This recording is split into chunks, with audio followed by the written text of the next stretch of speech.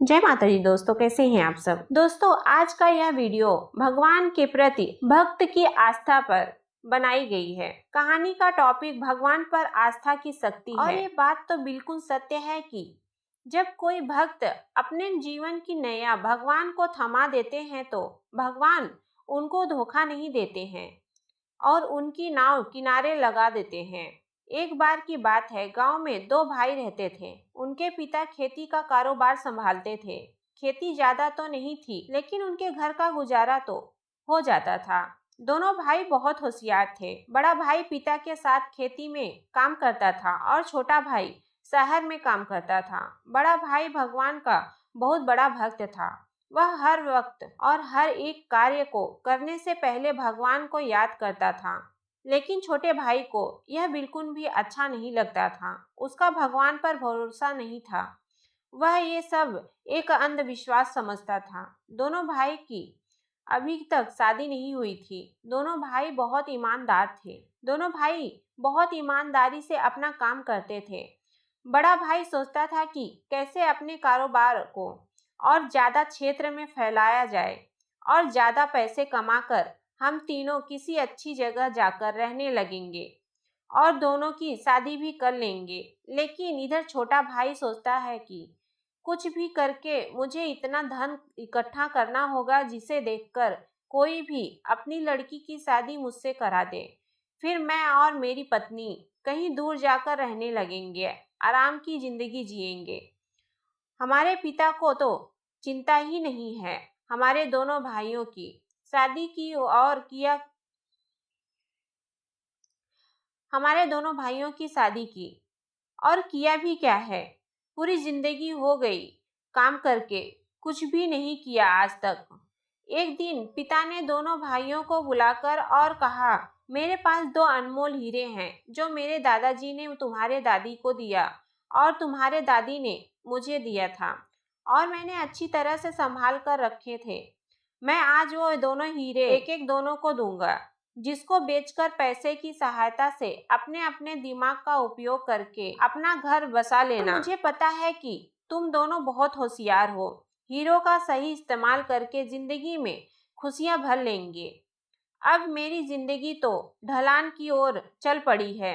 मैं इन हीरो का क्या करूंगा। दोनों भाई ने अपने अपने हीरे लेकर सोचने लगे कि किस तरह से हीरा का उपयोग किया जाए। बड़े भाई ने सब अपने भगवान पर छोड़ दिया और बोला, प्रभु आप ही मुझे सद्बुद्धि देना कि मैं किस तरह हीरे को बेचकर अपने खेती के कारोबार को और ज्यादा बढ़ाया जाए। आसपास की सारी बिकाऊ जमीन को खरीदकर जी जान से मेहनत करके बहुत सारे पैसे कमाऊंगा।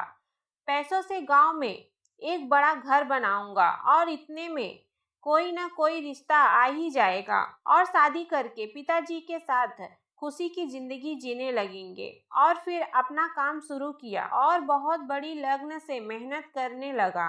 और इधर छोटा भाई सोचता है कि इस हीरे को बेचकर एक बहुत बड़ा घर बनाकर शादी करके पिताजी के साथ आराम की जिंदगी जिएंगे। हीरा बहुत महंगा है, काफी पैसे आएंगे, काम भी नहीं करना पड़ेगा। हीरा बेचकर छोटे भाई ने बहुत बड़ा मकान बनाया, जिसमें आधा पैसा खर्च हो गया और आधे पैसे से अपनी शादी करके रहने लगा। धीरे धीरे घर खर्चे में पैसे खत्म होने लगे और घर का बोझ भी बढ़ गया था और दो बच्चे भी हो गए थे तथा कुछ दिनों में सारे पैसे खर्च हो गए।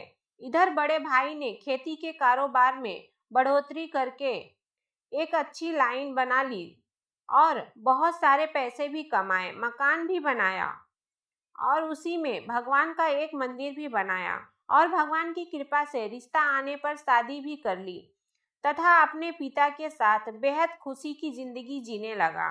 और इधर छोटा भाई पैसे खत्म होने पर फिर से गांव चला गया और भाई की संपत्ति देखकर हैरान हो गया। तभी उसकी पत्नी ने पूछा, तुम दोनों के पास तो बराबर संपत्ति और एक एक हीरा था, तो फिर बड़े भाई के पास इतनी ज्यादा संपत्ति और खुशी की जिंदगी कैसे। तभी छोटे भाई ने कहा, ये सभी तो बुद्धि और किस्मत की करामत है। वह भगवान पर भरोसा करता था और मैं कैसा नालायक हूँ जो उन्हें एक अंधविश्वास कहता था। इसने अपने बुद्धि से हीरा का सही इस्तेमाल करके ऐशो आराम की जिंदगी जीने लगा और मैंने हीरे का गलत उपयोग करके आज फिर वहीं खड़ा हूँ जहाँ कुछ समय पहले था। और मेरा भाई कितना आगे बढ़ गया है। घर के बाहर छोटे भाई को देखकर बड़े भाई ने उसे घर के अंदर बुलाया और हालचाल पूछा तो छोटा भाई उसके सामने रोने लगा। बड़े भाई ने उसके दुख का कारण पूछा और उसके हीरे के बारे में जाना तो बड़े भाई को पहले तो उस पर बहुत गुस्सा आया। पास ही उनके पिताजी खड़े थे। उन्होंने भी छोटे भाई को बहुत सुनाई, लेकिन अब क्या होने का था सो हो गया। बड़े भाई ने उसे फिर से अपने घर में रख लिया। अब फिर से दोनों भाई मिलकर कमाने लगे। फिर से वही खुशियां महक गई।